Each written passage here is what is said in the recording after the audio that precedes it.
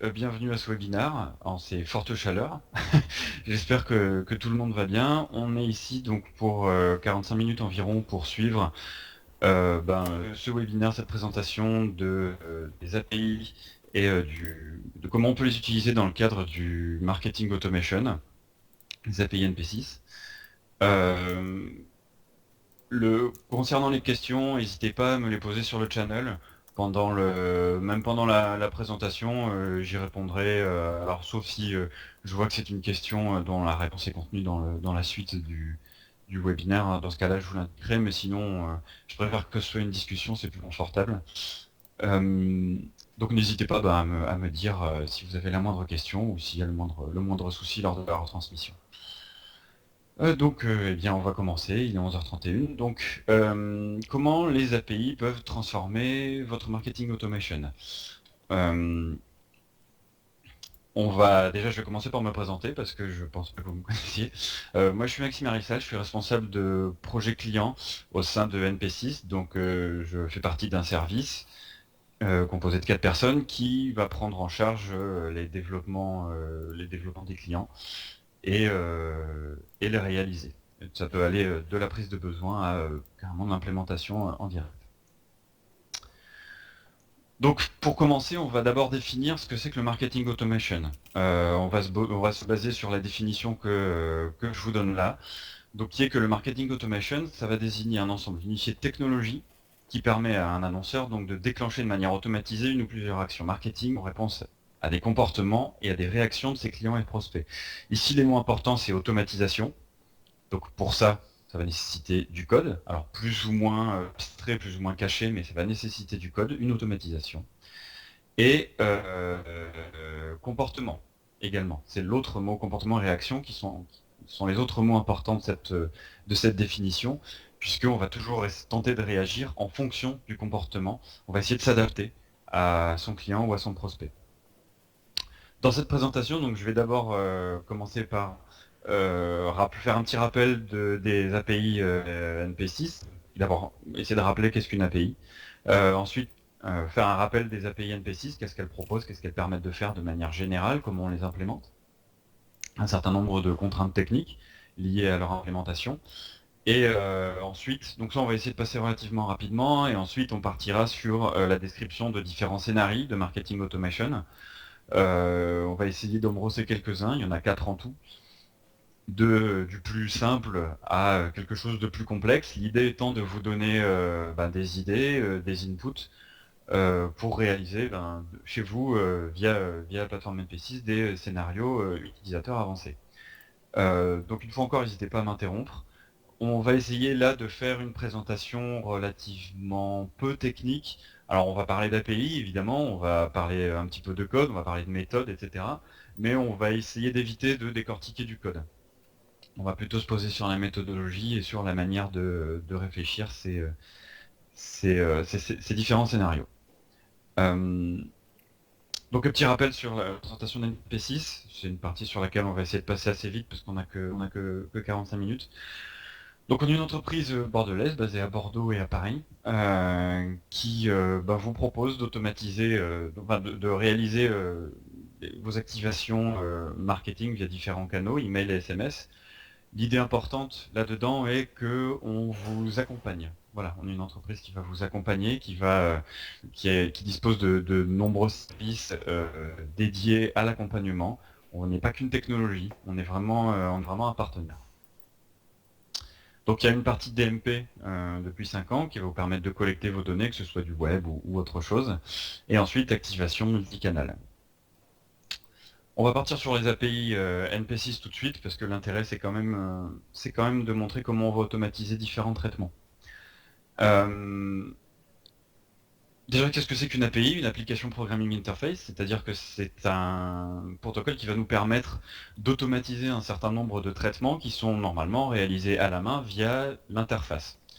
Dans le cadre des API NP6, le client est directement mappé sur les mêmes API que notre interface. Qu'est-ce que ça implique concrètement? Ça implique que ce que vous faites via notre front office, via l'interface web dont vous disposez, vous pouvez également le réaliser via nos API. C'est important. Ça implique également que les données derrière sont les mêmes. C'est-à-dire que lorsque vous rajoutez un champ via l'interface, vous le rajoutez également pour les API. Ce sont exactement, rigoureusement les mêmes données qui sont contenues à l'intérieur du compte. Un certain nombre de contraintes techniques, le protocole c'est du REST. C'est à la mode, ça marche bien. On a implémenté 4 verbes, alors il en existe plein d'autres. Nous, en ce qui nous concerne, on a implémenté les 4 verbes principaux qui sont get, post, put et delete. Get permet d'aller chercher une ressource, post d'en créer une, put d'en modifier une et delete d'en supprimer comme leur nom l'indique. En ce qui concerne l'authentification, ça fonctionne via une XKey qui est une clé à rajouter dans le header. Cette clé est propre à un compte mail performance. Pourquoi? C'est le point suivant. C'est que ça permet de gérer très finement les droits pour avoir une sécurité maximale. Alors déjà, on recommande quand même d'implémenter les API côté serveur et jamais côté front, jamais côté interface, pour déjà avoir ce niveau de sécurité, mais en plus, ça permet de gérer assez finement les droits sur cette clé-là, puisque de la même manière que vous pouvez mettre des droits sur un utilisateur NP6, vous pouvez mettre des droits sur un utilisateur API, pour qu'il puisse créer des cibles, des contacts, mais ne pas les ajouter dans certains segments, par exemple. On peut imaginer tout un ensemble de droits, hein, toute une collection, toute la collection qui est disponible sur notre interface. Mode de connexion, c'est du HTTPS. Et dernier point très important, nous gérons le versionning, un paramètre à rajouter dans le header qui est le accept. Par défaut, si le accept n'est pas précisé, c'est le dernier qui sera utilisé. Sinon, ça nous permet de gérer les versions puisque, par exemple, on est amené à faire des releases très régulières. C'est en moyenne une toutes les semaines à une toutes les 2 semaines, de manière complètement transparente pour vous. Mais du coup, on est amené à amender nos fonctionnalités, à rajouter des fonctionnalités, à en modifier certaines, modifier notamment les modèles. Qui font que de temps en temps, la gestion de la compatibilité n'est pas assurée entre une version et une autre, ou que les modèles sont amenés à changer. Donc pour ne pas avoir de problème, il faut gérer le versionning, et donc c'est géré via un accept. Ça permet également, et je terminerai pour cette partie versionning, ça permet également de ne pas renvoyer le même modèle, quel que soit le accept. Typiquement, si vous voulez faire un get sur les cibles ou sur les contacts, vous avez la possibilité de vouloir ne ramener que le critère d'unicité, que l'email par exemple, pour juste lister les emails qui seraient présents. Ou vous avez aussi la possibilité de dire, non, je souhaite ramener à la fois l'email et tous les champs descriptifs du contact. Et dans ce cas-là, ce sera un autre accept pour pouvoir le préciser. Différentes ressources sont mises à votre disposition pour pouvoir implémenter ces API au sein de votre SI. Une documentation en ligne qui est mise à jour en même temps que les développements. Donc dès qu'on déploie nos API, on déploie la documentation qui va avec. Donc il y a tout qui est indiqué dedans, hein. Il y a les différentes méthodes, les différents modèles. Et sur le volet de droite, il y a des exemples en curl et dans différents langages de programmation que vous pouvez suivre et que vous pouvez évidemment à volonté copier-coller. Il y a un support dont je fais partie, une équipe de 2 personnes qui est dédiée au support API précisément pour pouvoir répondre à toutes vos questions, vous aider dans l'implémentation. Et enfin, il y a un compte GitHub qui est disponible, online, il n'y a pas besoin d'abonnement ni rien, dans lequel il y a différents plugins, des plugins pour pour vous aider à implémenter les API dans un CMS. Alors à l'heure actuelle, il y a Magento, PrestaShop et WordPress de mémoire. On est en train d'en rajouter d'autres, Salesforce notamment. On essaie de les mettre à jour au fur et à mesure que sont mises à disposition les nouvelles versions de ces CMS. Alors bon, il y a souvent un petit décalage quand même qui fait que c'est pas tout de suite à jour avec les nouvelles versions. Mais en général, on essaie de le mettre à jour assez régulièrement. Et il y a également des exemples de code, des méthodes un peu plus compliquées que ce qu'on pourrait avoir juste dans la documentation, avec des mini-scénarios implémentés en différents langages de programmation. Aujourd'hui, il y a du Python, du Java, du PHP et du C#. Donc il y a les URL à la fin du PowerPoint que vous pourrez récupérer. Pardon. Alors, une petite présentation globale maintenant des différentes méthodes qu'il est possible d'utiliser dans nos API et qui sont, je dirais, qui couvrent 99,9% des besoins, que ce soit en termes de marketing automation ou globalement d'utilisation de nos API. On peut gérer facilement les données, ajouter donc des cibles de manière unitaire. C'est typiquement ce qu'on va utiliser dans le cadre d'un système d'inscription. Ou via un bulk, c'est typiquement ce qu'on va utiliser dans un système de synchronisation quotidienne, par exemple, ou toutes les heures, ou hebdomadaire. Je ne sais pas si tout le monde sait ce que c'est qu'un bulk, c'est quand on va aller charger les données non pas une par une, les cibles, enfin les contacts, les emails un par un, mais qu'on va venir les charger par tableau. Alors là, ça utilise soit du streaming, soit du dépôt de fichiers sur FTP. Et on va avoir la possibilité d'ajouter des contacts dans un segment. Une fois encore, soit de manière unitaire pour gérer finement sa segmentation, ou par groupe de contacts.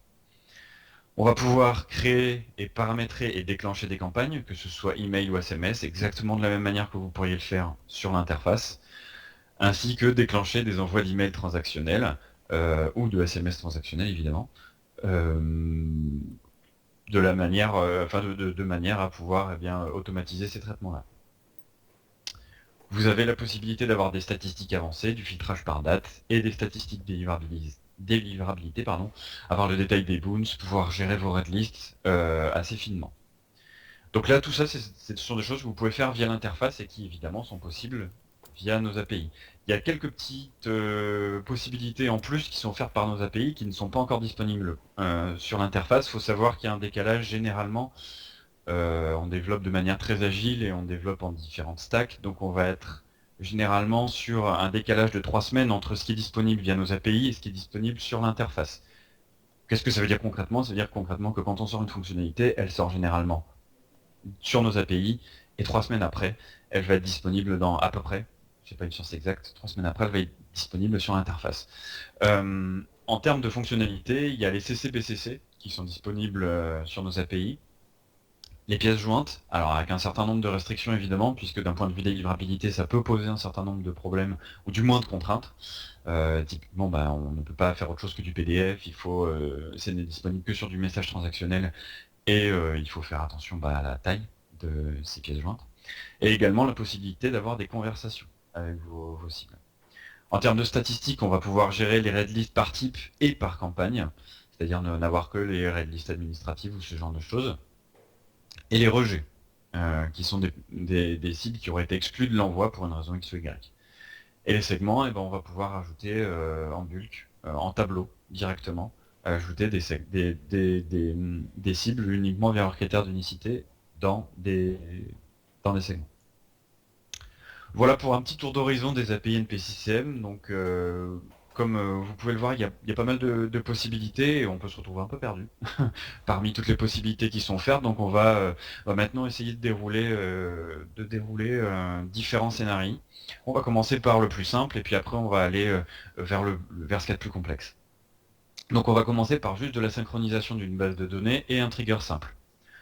Alors, c'est des mots un peu savants, mais en fait, finalement, qu'est-ce que ça veut dire? C'est que l'objectif, c'est de synchroniser en temps réel des utilisateurs qui viendraient potentiellement s'inscrire sur un site, et parallèlement à leur inscription sur le site, avec l'ensemble des champs bien formatés pour pouvoir bien appliquer de la personnalisation dessus, on va essayer de déclencher l'envoi d'un email de bienvenue qui va leur rappeler un login, leur login d'inscription.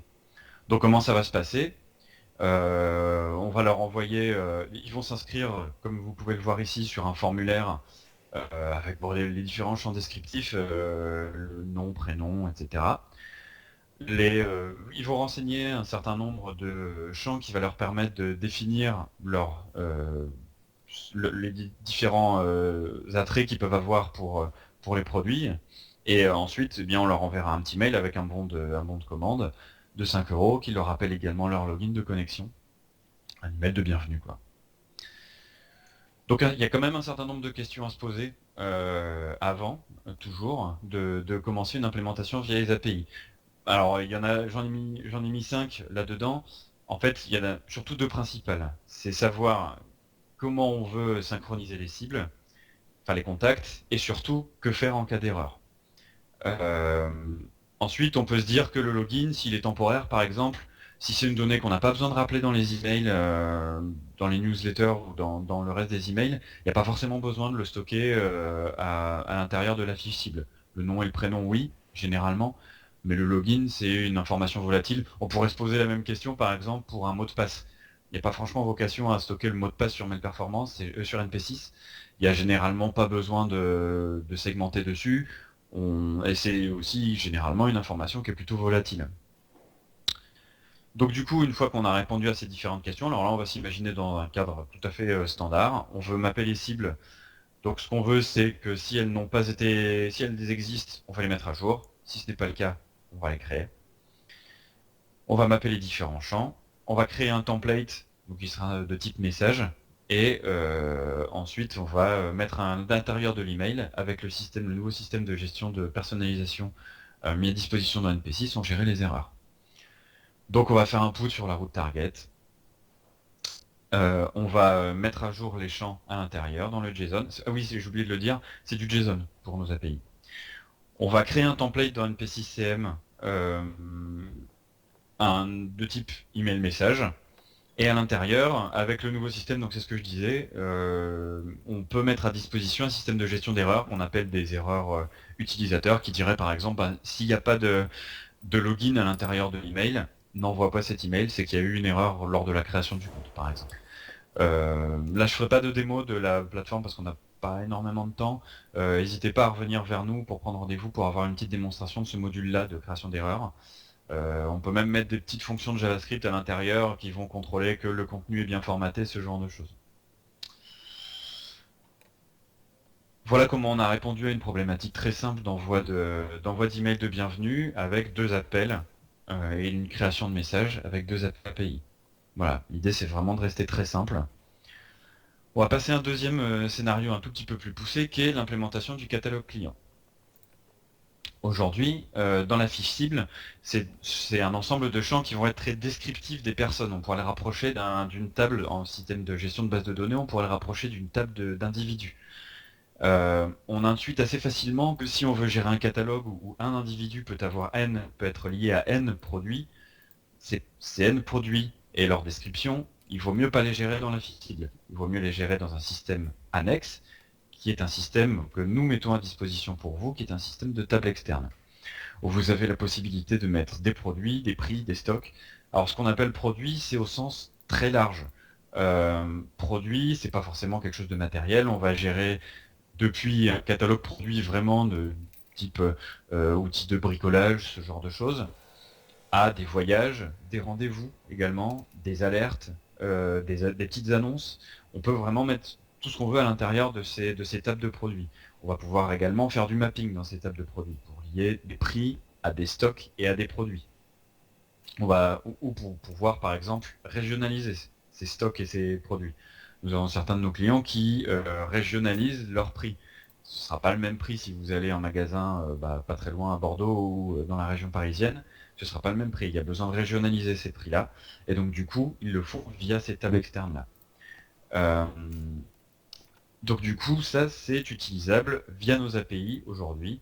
Vous avez la possibilité donc, de synchroniser un catalogue avec NP6CM, un ou des catalogues avec NP6CM, pour pouvoir envoyer ensuite, activer, stocker un catalogue c'est bien, mais l'idée c'est de pouvoir activer ensuite d'un point de vue marketing ce qui est contenu dans le catalogue en envoyant par exemple les articles favoris ou les lookalikes. Vous avez acheté ce produit-là, 90% des gens qui ont acheté ce produit-là ont également acheté un autre produit, un produit B, que vous pouvez stocker. Avec une synchro quotidienne des produits et une indication dans la fiche cible où on va juste indiquer pour pouvoir faire un mapping entre les utilisateurs et les produits qu'on veut leur envoyer, on va juste indiquer un ID produit à l'intérieur de la fiche cible. C'est tout ce qu'on va mettre. Comment on va faire pour ça? Alors là, il y a un petit peu plus. Donc là, c'est un exemple d'activation qu'on vous montre. Donc là, c'est des voyages. En fait, le template est complètement dynamique, là, qui a été construit au sein de NP6CM. On va chercher dans des tables les différents voyages qui sont stockés. Donc on a des champs à l'intérieur desquels les voyages sont décrits avec un titre, une image. Alors là, j'espère que vous voyez bien. Sinon, de toute manière, vous aurez le PPT à disposition, hein, mais on va indiquer le nombre d'étoiles, enfin le rating qu'il a eu par les utilisateurs du site, le prix, la promo qui est indiquée, etc. Tout ça, on va le mettre sur NP6CM, on va le stocker dans des tables pour pouvoir l'utiliser ensuite à l'intérieur des emails. Et proposer des emails qui soient vraiment le plus personnalisés possible. Donc pour ça, comment on va faire? On va devoir implémenter le catalogue client. Alors là, il y a un peu plus de questions à se poser que par rapport à tout à l'heure quand même. On va d'abord devoir déterminer la structure de notre table client. Comment on va la déterminer? Tout simplement en se demandant de quel champ on va avoir besoin à l'intérieur de l'email. Ce qu'on a vu tout à l'heure là dans l'exemple avec les voyages, c'est qu'on avait besoin d'un titre, d'une image, et donc tout ça, ça va être finalement nos champs d'une date du voyage probablement, d'un rating, et tout ça, ça va être nos champs descriptifs de notre table. On va donc ensuite construire cette table une bonne fois pour toutes. Alors on peut la modifier. Ce qu'il faut savoir, c'est qu'ici, il faut être assez vigilant. Le système est fortement typé. C'est-à-dire que si vous voulez utiliser une date pour faire un certain nombre d'opérations à l'intérieur de l'email dessus, l'afficher de la manière dont vous avez envie, faire des opérations dessus en disant qu'il ne reste que 5 jours, par exemple. Il ne reste que 5 jours, c'est pas une information à stocker dans la fiche cible ou dans une table, vaut mieux faire une petite formule qui va permettre à partir d'une date de le calculer. Ça veut dire qu'il faut stocker la donnée au format date, pas au format chaîne de caractères, par exemple. Donc il faut bien réfléchir au type. Enfin bon, après, une fois qu'on a bien posé les différents champs dont on a besoin, on le fait assez facilement. Une fois que la structure est OK, on peut alimenter la table. Une fois encore, c'est comme pour les contacts, soit on va alimenter un par un les différents produits à l'intérieur. Par exemple, dans le cadre de rendez-vous, où on va les alimenter au fur et à mesure qu'ils sont créés dans des agences, par exemple. Ou on va synchroniser tous les matins. Dans le cadre d'un catalogue, c'est généralement ce qui se passe. On ne change pas les prix 15 fois par jour. C'est généralement une fois par jour. Donc on va venir alimenter tous les matins par bulk, en fait par tableau, on va venir alimenter ces tables. Une fois qu'on les a alimentés, en utilisant le système de personnalisation, on va venir construire ici une petite fonction de personnalisation qui va aller chercher le contenu de là ou les tables dont on va avoir besoin et va les mapper sur les contacts et les champs qu'ils ont renseignés, via l'ID produit par exemple. Là, ce que vous voyez, c'est un exemple d'implémentation de script. Alors, si vous voyez, j'espère que vous le voyez, mais c'est un exemple d'implémentation de script. Sachez que nous sommes actuellement en train de développer un système qui va vous permettre d'avoir un petit helper pour faire ça via interface où vous pourrez très simplement venir renseigner juste la table que vous cherchez, le champ qui va permettre d'être la clé de mapping, et ensuite vous aurez juste à venir drag and dropper les différents éléments dont vous aurez besoin. N'hésitez pas à me poser des questions là-dessus, hein. Je ne sais pas si je suis très clair, je l'espère en tout cas, mais n'hésitez surtout pas à me poser quelques questions dessus. Donc voilà comment on a implémenté un catalogue client, et ensuite il reste juste à venir l'alimenter tous les jours, à faire la routine d'alimentation, et ensuite on va pouvoir envoyer les emails qui vont contenir les différents produits qu'on souhaite envoyer. Ça, c'était pour les deux scénarios entre guillemets les plus simples, les plus basiques, où il n'y a pas franchement de réaction comportementale mise en place là-dessus, hormis un simple trigger. On va essayer de partir maintenant sur des scénarios un peu plus complets, deux scénarios un peu plus complets, pour être tout à fait précis, et qui vont utiliser les premiers scénarios dont j'ai parlé, mais un petit peu plus compliqués à implémenter, tout en restant relativement simple quand même. Le premier scénario, c'est un envoi d'alerte quotidienne, dont les résultats seront stockés dans une table. Aujourd'hui, alors tous les exemples que je vous donne sont des exemples que nous avons implémentés au sein de la plateforme, hein, c'est pas des exemples qui viennent de nulle part. Je ne peux pas trop vous dire de vous donner de nom, mais ce sont des exemples qui ont été implémentés, donc on parle avec l'expérience là. Donc on va vouloir, ça peut être par exemple le cas pour des gens qui vont gérer des articles de presse, en disant moi je suis abonné à des articles de presse, mais je ne veux pas recevoir la totalité des articles, il n'y a qu'un certain nombre de catégories qui m'intéressent, par exemple le sport, la politique, là c'est l'actualité récente, l'économie ou la mode, ce genre de choses. Et donc je ne souhaite recevoir des alertes que quand il y a des articles qui me concernent. Comment on va faire pour ça? On va venir stocker les contenus et les descriptions des articles à l'intérieur des tables Mes Performances, et tous les matins, on va venir boucler sur le contenu de ces tables et faire de l'envoi d'emails transactionnels aux personnes qui se sont inscrites aux articles. Donc comment on va faire? On va utiliser le système d'inscription qu'on a vu dans le premier scénario. On va ajouter l'alerte qu'on a vu à l'intérieur de la table. Donc ça, c'est ce qu'on a vu dans le deuxième. On fait un envoi d'email récapitulatif, type email de bienvenue pour dire, voilà, bonjour, merci de vous être inscrit à l'alerte. Voici un descriptif des différentes catégories que vous avez sélectionnées. Vous pouvez vous reconnecter pour les modifier éventuellement. Et ensuite, tous les matins, on va faire une routine qui va venir boucler à l'intérieur du contenu des tables pour envoyer tous les matins le contenu des alertes en disant bonjour, aujourd'hui il y a 3 articles dans la catégorie sport, les voici, et ce genre de choses, jusqu'à expiration de l'alerte. Et puis ensuite on repart sur ce cycle-là en proposant de se réinscrire.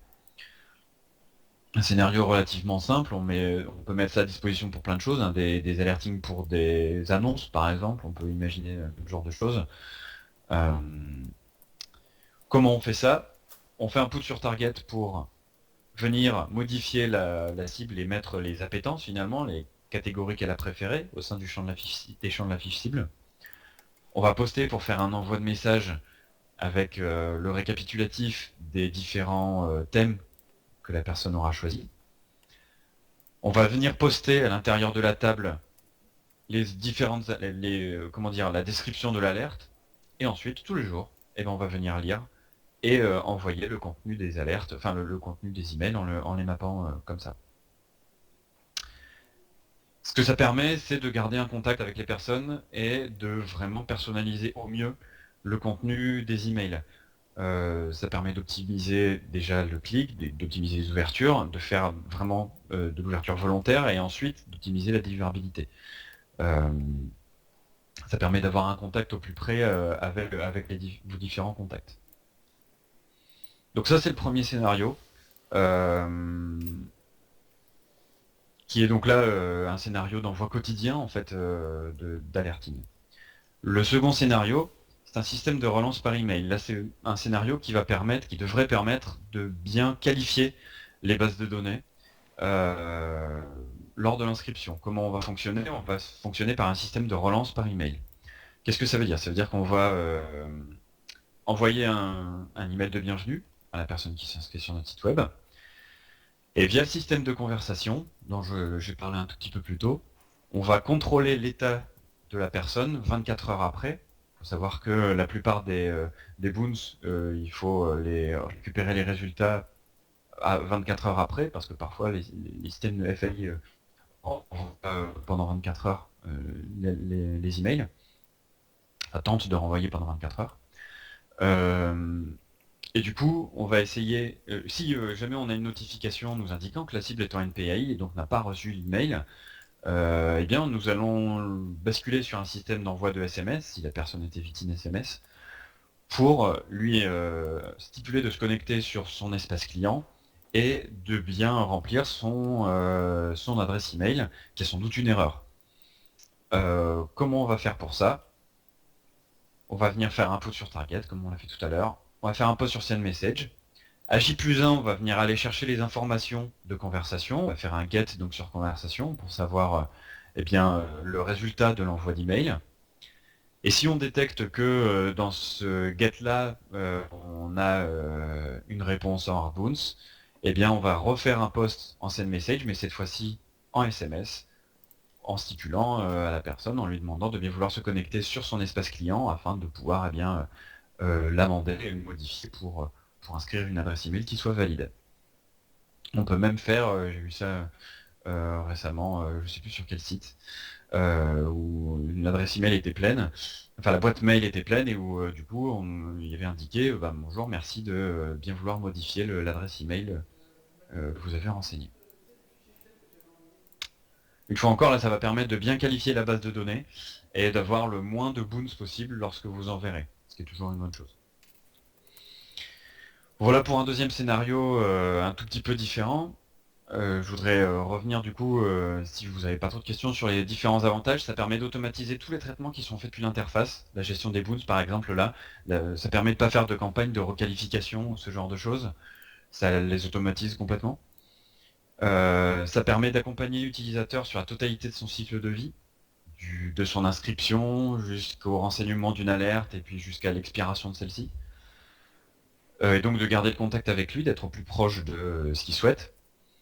Et ça donne des possibilités de personnalisation qui sont vraiment avancées pour tout ça dans le but de générer de l'achat ou de générer du moins plus de satisfaction.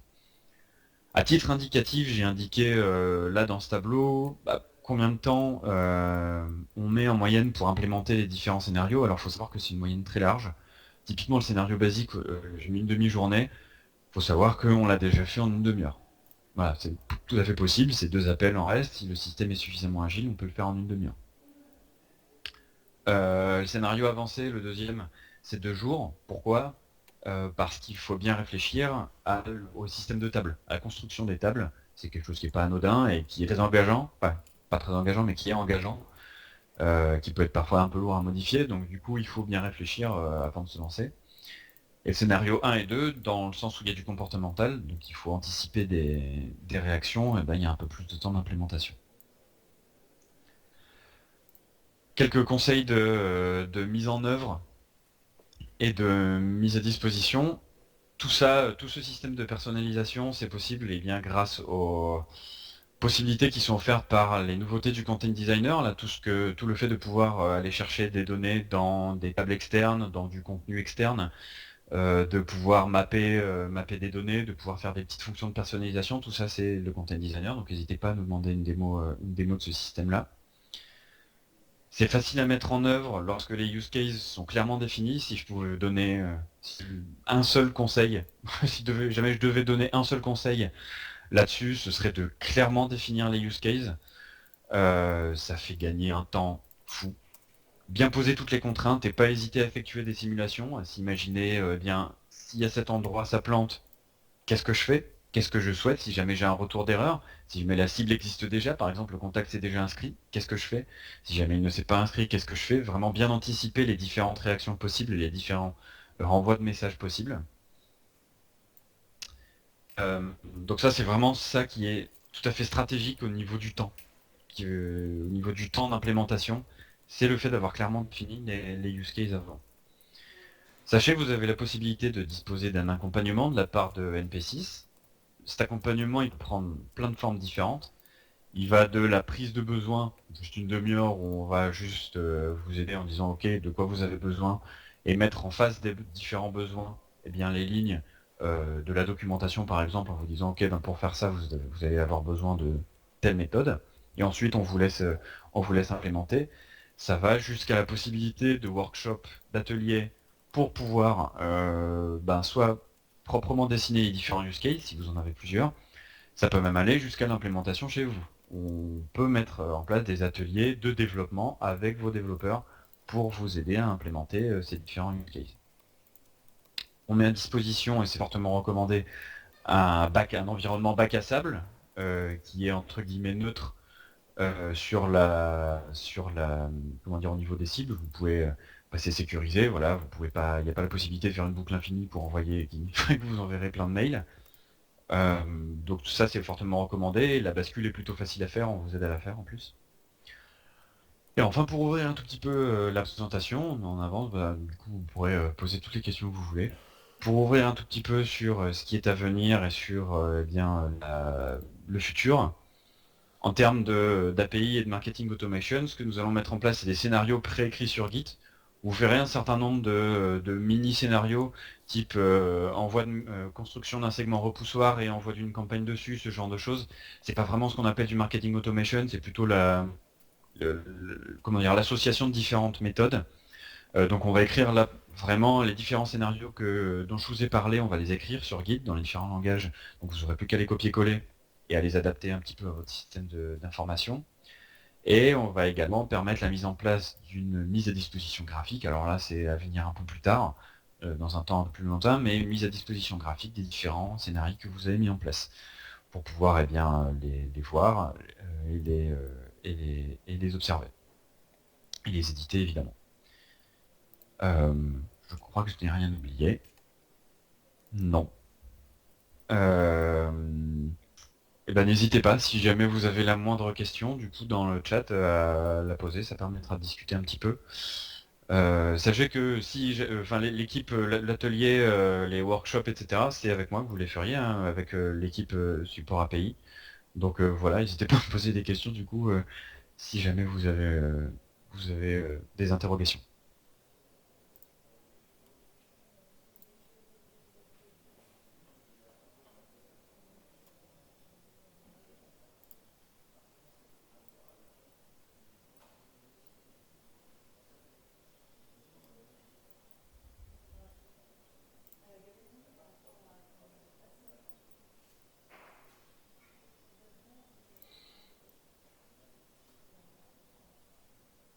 Peut-être des questions qui se préparent, là, je vois.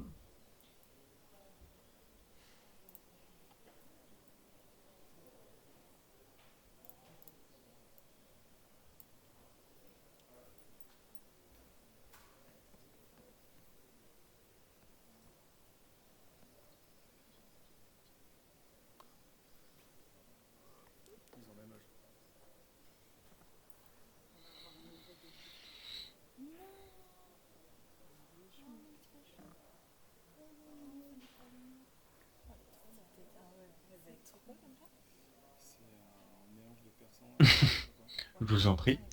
Alors, comment obtenir de façon effective l'accès? Quelles sont les limitations de celle-ci? Alors, comment obtenir l'accès aux API? Si c'est la question, eh bien, c'est relativement simple. Si vous avez déjà un compte Mail Performance, vous vous rapprochez de votre chargé de compte, de l'équipe client succès ou de l'équipe commerciale, qui vont vous rediriger vers le support API, c'est-à-dire vers l'équipe dont je fais partie, et qui va vous envoyer la clé d'authentification. Ah, à la sandbox, d'accord, pardon. Alors à la sandbox, c'est la même chose, en fait, il faut vous rapprocher de l'équipe succès client ou de votre équipe commerciale, enfin de votre commercial, et qui va vous rediriger vers l'équipe support API. C'est nous qui allons le créer, la sandbox. Alors, avec quoi elle est livrée la sandbox? Il y a quelles sont les limitations? En fait, il y a à l'intérieur, donc c'est un compte à part, donc vous aurez une UX key avec un utilisateur qui va vous permettre de vous connecter à l'interface pour pouvoir manipuler, créer des campagnes, etc. assez facilement, ce dont vous avez l'habitude en fait. À l'intérieur, il y a la possibilité de reproduire la structure fiche du compte de production, de votre compte natif, donc juste en la dupliquant, ça c'est pareil, c'est notre équipe qui va le prendre en charge. La même chose pour les tables et pour un certain nombre d'entités métiers, d'entités métiers NP6, typiquement des campagnes ou des messages. Si vous lui dites, bah voilà, j'aimerais bien reproduire, j'aimerais bien tester mon message de bienvenue sur l'environnement Sandbox. Est-ce que vous pourriez le dupliquer sans que j'ai besoin de copier-coller, enfin d'ouvrir les deux fenêtres, de copier-coller dans un notepad, ce genre de choses, c'est le genre de choses qu'on peut tout à fait être amené à faire. Les limitations en termes de temps d'accès, c'est par défaut 2 semaines, qui pour nous vous laisse le temps d'implémenter vos API, enfin vos scénarios et comment dire, de les tester proprement et dans des conditions qui sont sereines. N'hésitez pas si vous voulez avoir ce temps rallongé, c'est compris dans l'ouverture aux API, donc vous pouvez mettre un mois si vous ne sentez pas, que vous sentez que vous avez envie de repousser la mise en production, surtout vous nous le dites. N'hésitez pas à nous le dire à la création du compte en disant bah non, moi je pense que j'aurais besoin d'un mois par exemple pour implémenter. 500 emails maximum envoyés, même chose pour les SMS. C'est-à-dire qu'au bout du moment où vous avez envoyé 500 emails ou 500 SMS, c'est cumulatif, le système d'envoi se bloque. Et il faut nous appeler pour le débloquer. Pourquoi? Parce que ça évite la fameuse boucle infinie, grande terreur du développeur qui va implémenter tant que c'est vrai, je fais des send messages et puis c'est parti. Pour les cibles, c'est illimité. On va quand même, cependant, on essaye de limiter quand même le stockage de cibles, juste pour un point de vue de maintenance, en disant bah non, ça sert à rien de stocker 3 millions de cibles sur un cours de test, et c'est dangereux en plus. Donc voilà, donc là c'est les principales restrictions en termes d'accès à la sandbox, c'est qu'une inscription, une restriction, une limitation temporelle en termes de temps d'accès. Alors, par contre, vous avez la possibilité de demander est-ce que votre sandbox devienne officiellement votre compte de test, et dans ce cas-là, c'est un deuxième compte qui va faire partie de votre contrat et ce sera juste une transformation à ce niveau-là. Et dans ce cas-là, il est ouvert, quoi qu'il se passe, il restera ouvert dans le temps. Est-ce que j'ai répondu à la question? Non, non, la carto. Et Parfait.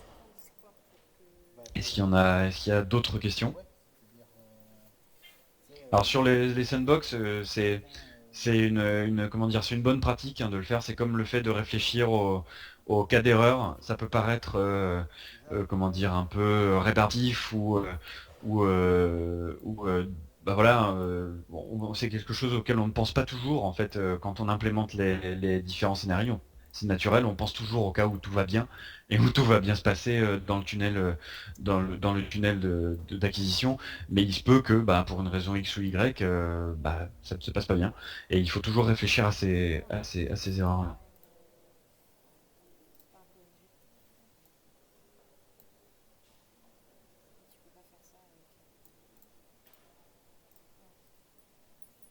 Très bien.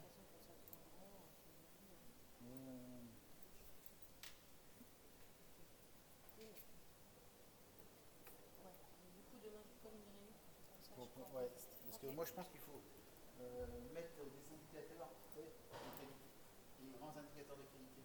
Ouais, dans le deuxième slide. Et donc oui, l'utilisation de cette sandbox est aussi une bonne pratique. C'est parfois quelque chose qui peut paraître un peu rébarbatif en disant bah non, bah, ça va impliquer de modifier les clés, etc. au moment de la mise en production. Mais en fait, c'est quelque chose d'absolument essentiel auquel il faut vraiment bien réfléchir. Je prépare une page générique.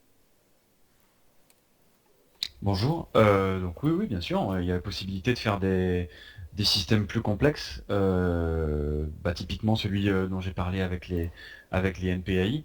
Mais il y a la possibilité de faire plein d'autres choses. À quoi vous pensez par exemple, si jamais vous avez une idée précise en tête?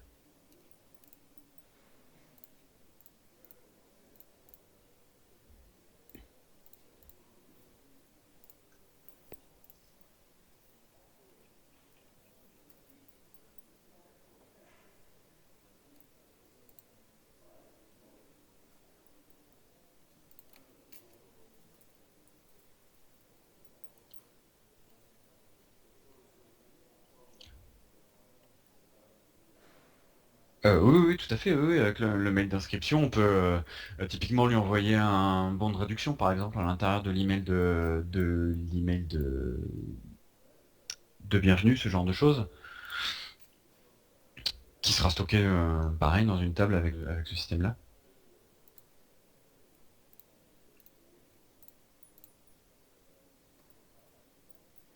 Un catalogue de nos API, c'est-à-dire un catalogue, une documentation en ligne en fait, qui présente les différentes routes qui sont possibles d'appeler. Oui, absolument, bien sûr, oui, oui. Bah, attendez, bougez pas, je vais vous indiquer je vais vous mettre dans le chat la documentation en ligne.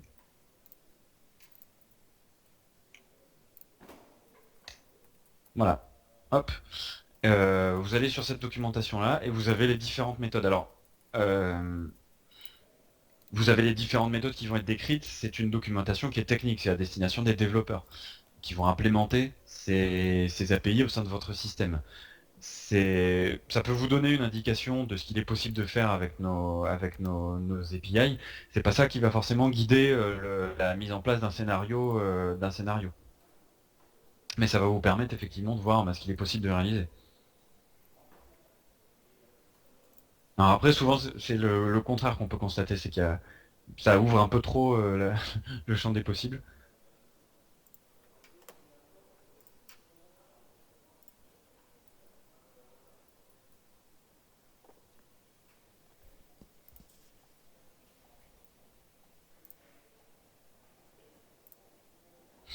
Alors, en termes de bascule sandbox prod, il y a la Xkey qui sera changée. Si jamais vous faites de la synchronisation de cibles, enfin de contacts, oui, il y a le mapping des champs qui sera également à changer, puisque on suit vraiment le protocole REST à la lettre, et donc on utilise des ID et pas des noms. Donc le champ email aura un ID sur le compte Sandbox et on aura un autre sur le compte de production. Il faudra donc changer la configuration à ce niveau-là de la configuration de vos appels. Même chose pour les ID des messages, etc. Mais par contre, on vous accompagne dans cette migration-là. C'est-à-dire que s'il faut reverser la configuration d'un compte Sandbox, la liste des champs par exemple, et les messages sur le compte de production, bah, on peut le faire de manière automatique ou c'est nous qui allons vous indiquer voilà, la marche à suivre, quoi.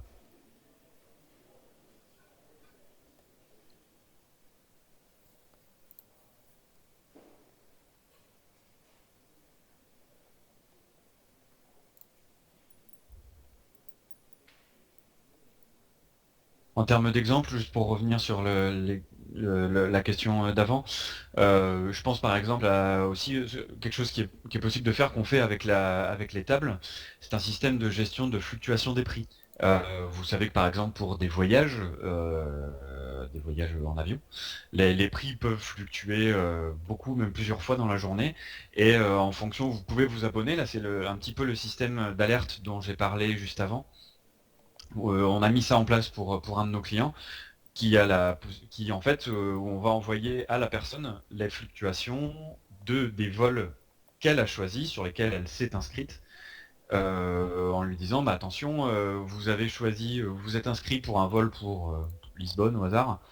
Attention, le prix vient d'augmenter de ce vol-là, nous vous recommandons de le réserver dès maintenant. Ou le prix vient de baisser, attention, voilà. Par exemple, pour générer du clic et de la transformation derrière, c'est quelque chose qu'on a mis en place par exemple récemment. Si vous voulez un exemple un peu plus complexe, on peut parler de celui-là.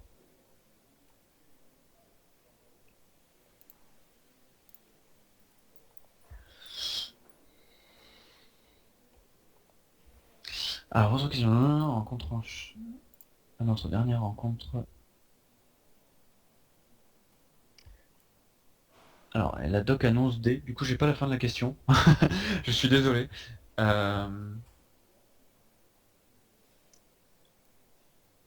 Oui, je suis désolé. Je pense que ça, le système de chat a dû un petit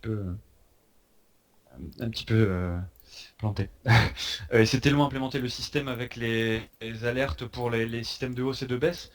Non, alors c'est nous qui l'avons implémenté du début à la fin, puisque bah, dans le cadre des API, il y a la possibilité que le client soit totalement autonome. Là, en l'occurrence, ça n'a pas été le cas, c'est notre équipe du support API qui l'a pris en charge.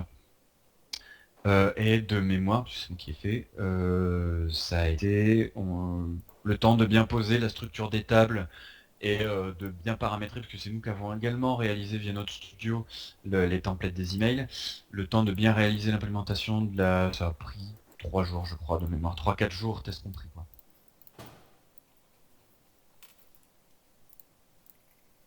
Pour bien... ce qui a pris du temps, ben voilà, c'est ce que j'ai dit tout à l'heure, hein, c'est de bien réfléchir à la structure des tables pour ne pas se coincer pour le futur, pour l'avenir. Euh, et bien réfléchir à la personnalisation. Par exemple, le genre de question qu'il faut se poser, c'est si jamais je suis inscrit à deux vols et qu'il y en a un qui est en hausse et un qui est en baisse, qu'est-ce que j'envoie? J'envoie un template un peu intermédiaire? Est-ce que j'envoie deux emails, un qui est sur la hausse et un qui est sur la baisse? Ce genre de choses.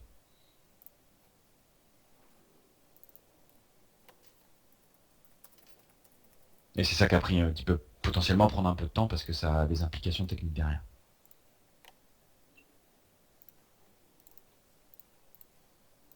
Oui, par un développeur en tout cas.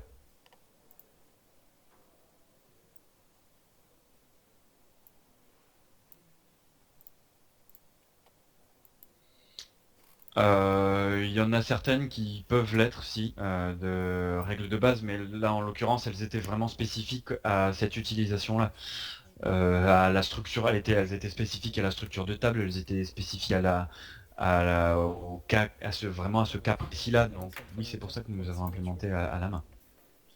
Annexe Maïs. Il y a un nouveau système là. Quand tu pousses une nouvelle image, en fait, tu es obligé de redémarrer Outlook quand même pour que l'image se mette à jour. Et sur Mac, a priori, même en redémarrant Outlook, ça ne marcherait pas. Et la question était, un changement des routes est-il prévu? Non, pas du tout. Non, non, non, non. Alors, on en met à disposition de nouvelles assez régulièrement. Donc pour rappeler la question, c'est la structure des routes utilise l'ID, action ID, target ID, ce genre de choses. Et est-ce que un changement de ces routes-là est prévu? Non. Aujourd'hui, ça n'est pas prévu. Nous utilisons des ID parce que les noms peuvent poser un certain nombre de problèmes. Problèmes d'homonymie, ce genre de choses. Et du coup, nous utilisons un système d'ID. A priori, les routes sont pas amenées à changer. Les modes, comme je l'ai précisé un peu plus tôt, peuvent l'être. Ou dans le sens où on va du coup modifier les accepts et ce genre de choses. C'est pour ça qu'il est important de bien gérer le versionning.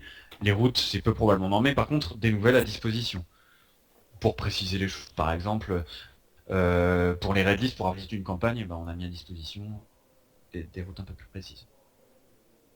On me fait signe que du coup on doit s'arrêter là, je suis vraiment désolé. N'hésitez vraiment pas, c'est un plaisir. J'espère qu'il a été partagé. N'hésitez pas, si jamais vous avez la question ou la moindre interrogation ou que vous avez un projet à développer à partir de nos API, vous n'hésitez surtout pas à écrire à support-api@np6.com ou à votre chargé de compte qui saura vous rediriger vers nous. En attendant, on va mettre à disposition l'enregistrement et le PowerPoint. Voilà. J'espère que c'était assez clair et précis.